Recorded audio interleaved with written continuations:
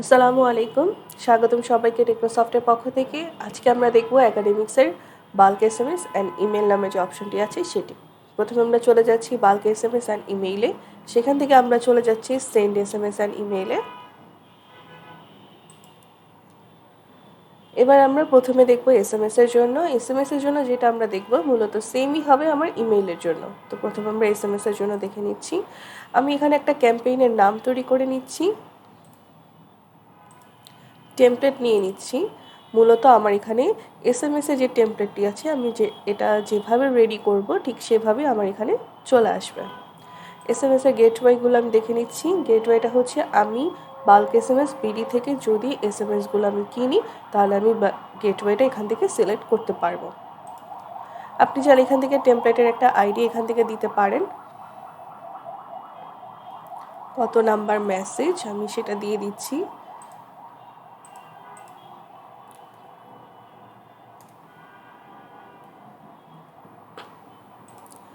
টাইপটা দিব এইভাবে যে আমি কি এটা গ্রুপ আকারে সবাইকে পাঠাতে চাই, নাকি ইন্ডিভিজুয়ালি পাঠাতে চাই, নাকি ক্লাস আকারে পাঠাতে চাই। ধরে নিচ্ছি আমি ইন্ডিভিজুয়ালি পাঠাতে চাই। তাহলে আমি রোলটা সিলেক্ট করে নিব যে আমি কাকে পাঠাতে চাচ্ছি। ধরে নিচ্ছি আমি একজন কোনো টিচারকে পাঠাতে চাচ্ছি, তার নামটা আমি সিলেক্ট করে নিব। আপনি যদি চান যে এটা পরবর্তীতে তাকে পাঠাবেন বা পরে পাঠাবেন, এখন পাঠাতে চাচ্ছেন না, তাহলে আপনি চাইলে সেন্ড লেটার করে দিয়ে এটাকে আপনি শিডিউল করে দিতে পারেন যে কত তারিখে যাবে, কয়টার দিকে যাবে। অথবা আপনি চাইলে যে কাজটা করতে পারেন এখনই সেটা আপনি পাঠিয়ে দিতে পারেন। আর এখানে দেখা যাচ্ছে যে আমি একজন একজন করে টিচারদেরকে সিলেক্ট না করে আমি সিলেক্ট অল করে দিলে আমার সব টিচারদের এখানে চলে আসবে। আমি যেসব ডায়নামিক ট্যাগ এই জায়গাটাতে ইউজ করতে পারবো, যেমন আমি এখানে জনাব লিখে যদি আমি নেম দিয়ে দিই তাহলে দেখা যাবে কি গাজী নামে যে টিচারটি আছে তার নামে এটা অটোমেটিক চলে যাবে। আবার যখন এখানে দানেশ নামে যে টিচার আছে তার নামে অটোমেটিক মেসেজটি চলে যাবে। ইভেন আমি যখন এখানে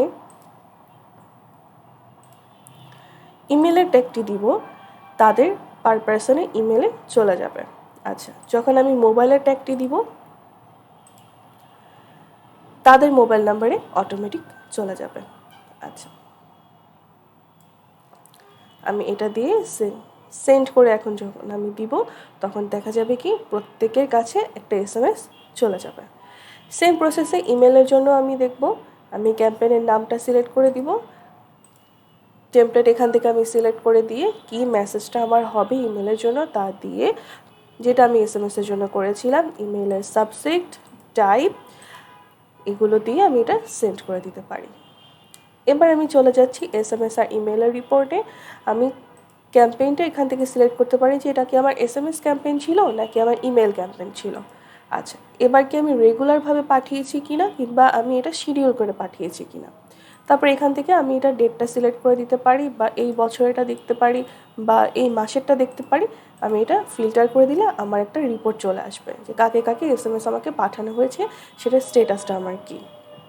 আচ্ছা, এবার আমরা চলে যাই এসএমএস টেমপ্লেটে। এখান থেকে মূলত আমি যেভাবে টেমপ্লেটটা রেডি করব সেন্ড এসএমএসে ইমেলে আমার সেইভাবেই টেমপ্লেটটা অটো চলে আসবে। আমি প্রথমে এখানে ক্রিয়েট ইমেলে যাব, আমার টেমপ্লেটের যে নামটা থাকবে সেই নামটা আমি দিয়ে আমি কি মেসেজ দিতে চাচ্ছি সেই মেসেজটা আমি দিয়ে তারপর আমি নাম, ইমেল আর মোবাইল নাম্বারের ট্যাগটা ইউজ করব। ধরুন আমি এখানে দিয়ে দিচ্ছি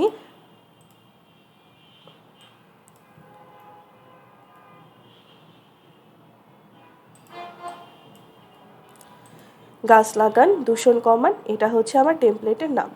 এবার আমার মেসেজে কি থাকতে পারে, জনাব দিয়ে আমি নেমে যে ট্যাগটা সেটা আমি ইউজ করে নিচ্ছি।